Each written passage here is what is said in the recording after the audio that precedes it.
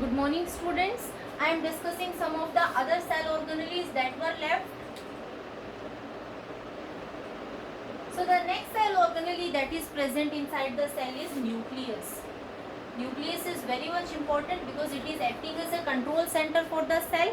It is containing all the information for the various activities that are taking place inside the cell.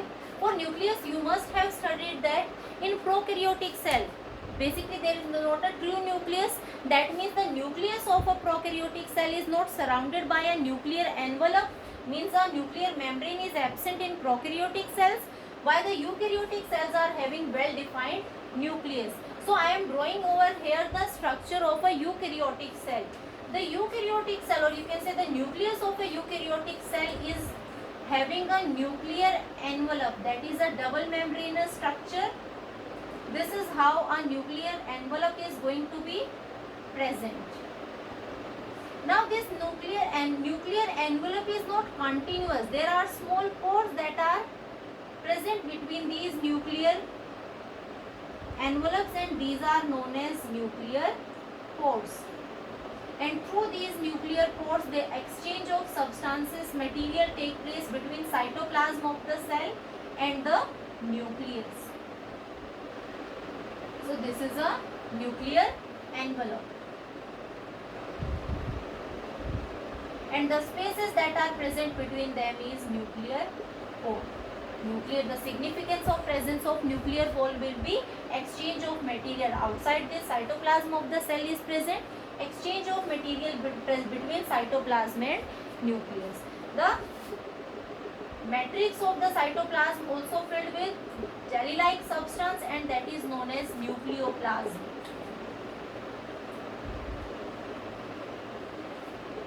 Other than nucleoplasm, a small circular structure is present inside the nucleus, and this small structure is known as nucleolus. And the function of nucleolus is, this nucleolus is going to be involved in the synthesis or formation of ribosomes. That's why this nucleolus is known as ribosome factory. Other than nucleolus, there are various fine thread-like structures that are present over here. These thread-like structures are made up of DNA and histone proteins, or you can say DNA and basic proteins. And this is what is constituting our genetic material. Here various chromatins are present, and these chromatins are having all the genetic information. And this genetic information is hereditary in nature. That means it is going to be transferred from one generation to the next generation.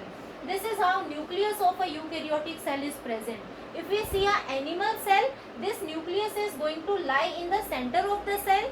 And if we see a plant cell, this nucleus will shift to the periphery because the center of the cell will be controlled by a large centrally located vacuole. Now, you need to understand over here the difference between chromatin and chromosome. See, cells are present at different stages. Some of the cells are present at their growing stage, and some of the cells are present at their dividing stage. So, the genetic material is also going to change its shape because of this growth and dividing phase. What will happen? When a cell, I am saying that a cell is continuously growing. It is not undergoing division, but it is increasing its size. So there, the cell is present, the DNA of the cell, or you can say the genetic material of the cell is present in form of chromatin. Means the genetic material of the cell is present in its fully elongated form. It is thread-like structure. Chromatin will be a thread-like structure present in fully expanded form. And this is available in expanded form, so all the genes are openly present over here. So this is involved in the process of secretion, protein synthesis, various enzyme synthesis. This is how chromatin is present, long thread-like structures. And if I am say, so this is present in growing cells, but when this cell will undergo division, division means one cell is going to divide into two cells. When this cell is undergoing division, this chromatin will change in form of chromosome. The material always remains the same, means the genetic content always remains the same, only the structure is going to change. The structure is going to change, the chromatin is going to change into chromosome because of the packaging. That means this fully long elongated structure is going to be packed. This will be compiled with the help of basic proteins, and these basic proteins are known as histones. So finally this chromosome will be converted into a chromosome that will be short in length, diameter will be more, and it will look like a rod like structure, and these two are the chromatids of a chromosome. If I simply explain you, I can say during the division of the cells, the chromosomes or the genetic material is in packed form, the size is made short, and during the growing phase it is present in fully extended form. This is the difference between chromatin and chromosome. Each of the structure is having two chromatids. Also over here also chromatids are present, and these chromatids are joined in the center with a structure called centromere. So this is how centromere are present in them, and these two arm like structures are known as chromatids. So this is how the genetic material inside a cell is present.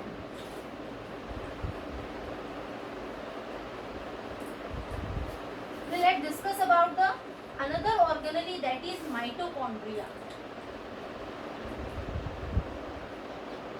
Mitochondria is again a double membranous bound organelle, that means two membranes are present, plus this mitochondria is involved in the process of ATP synthesis. ATP is the energy currency of the cell, and because it is involved in the process of synthesis of energy or ATP, it is known as powerhouse of the cell.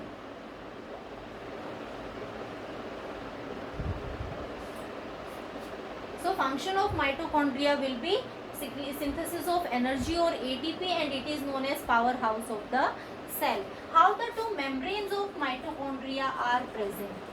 The cells which are metabolically active, they will have more number of mitochondria as compared to the cells which are not properly active. So this is the smooth outer layer of the mitochondria. This is outer membrane of mitochondria. The inner membrane of mitochondria is not as smooth as the outer membrane of mitochondria. This inner membrane is basically present in folded form. This is how the inner membrane of mitochondria is going to be present. So it is going to be presented in a folded form. This is inner membrane. There is space present between outer and inner membrane, that is known as membranal space. And the folds which you can see on the inner membrane, these folds are known as cristae. This region that is present between the inner membrane is the matrix region of mitochondria. This is the matrix region. So this is mitochondrial matrix.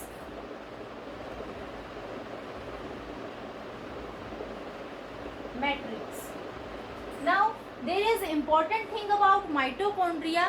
The mitochondria is carrying its own DNA.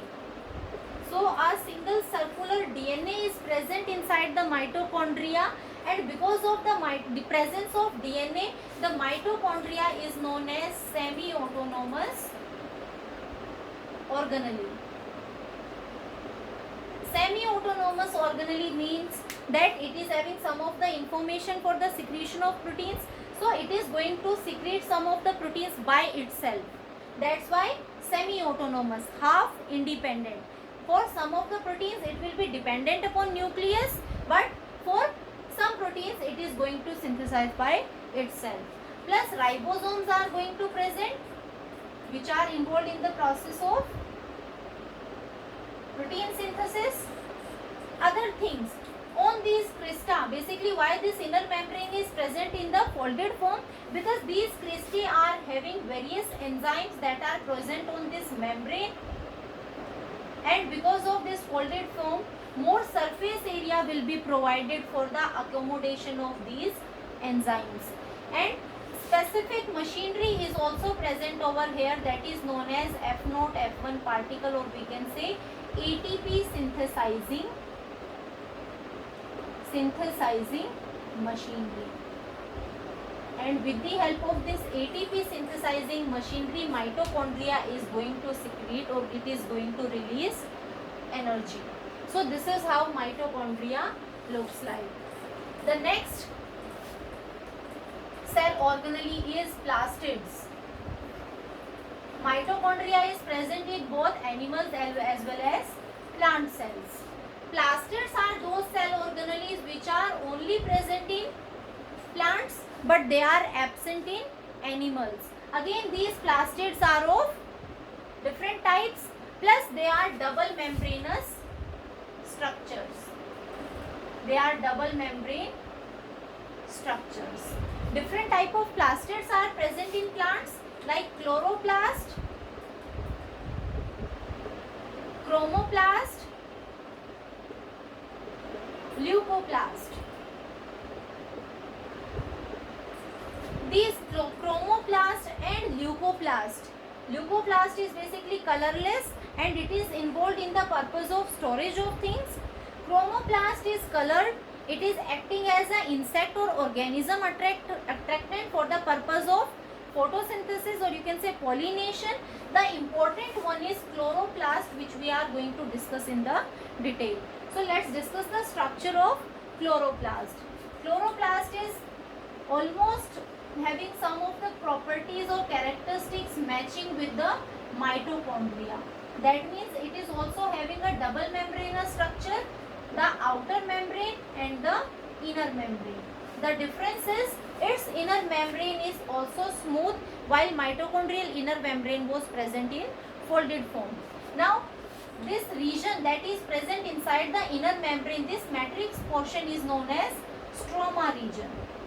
All this portion that is present inside the inner membrane is a jelly-like structure that is known as stroma. Inside this stroma, there are various stacks-like structures are present in this way.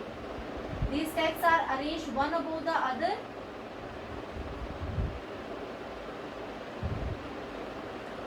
All the stroma is covered by such structures, and these are attached to each other with elongated stacks known as lamellae. This type of structure is seen inside the chloroplast. This whole pile of stack-like structures is known as grana, and a single stack is known as thylakoid. And the structures which are joining them is the lamellae. This chloroplast, again like mitochondria, it is also having a single-stranded, or you can say single circular DNA. That's why it is also known as a semi-autonomous organelle, because DNA is present. Other than these, ribosomes will be present over here. And some starch granules are going to be present. Now what this chloroplast is doing? Let's discuss the function of chloroplast. Chloroplast is involved in a very important mechanism or important process, that is photosynthesis. Photosynthesis means with the help of chloroplast, a plant is going to prepare its own food. Now this grana portion or this thylakoid is having a green color pigment present inside them, and this green color pigment is chlorophyll. The chlorophyll is providing green color to the leaves, plus this chlorophyll is having an important function, that is it is going to absorb sunlight. The absorption of sunlight by the plants will be done by a green color pigment, that is chlorophyll, that is present in these grana regions. And if we see the process of photosynthesis, the process of photosynthesis is basically showing two reactions. Two reactions are present. First one is light reaction and second one is the dark reaction. Both the reactions are going to take place in daytime, but we are writing it as light reaction because that is involving sunlight as a source of energy. But the dark reaction is not going to involve sunlight, that is going to use chemical form of energy, like it is going to use ATP as a source of energy. Now, what are the regions over in this chloroplast where light reaction and dark reaction are going to take place? The light reaction are going to take place in the grana region, and that always takes place first, and the dark reaction are going to take place in the stroma region. So this is how chloroplasts are involved in the process of photosynthesis, and the end result of these reactions is formation of glucose. By light reaction and dark reaction, finally glucose will be formed, and this glucose will act as food for the plants.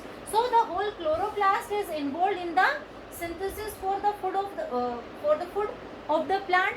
That's why it is known as kitchen of the cell. These are some of the other cell organelles that are present inside a cell.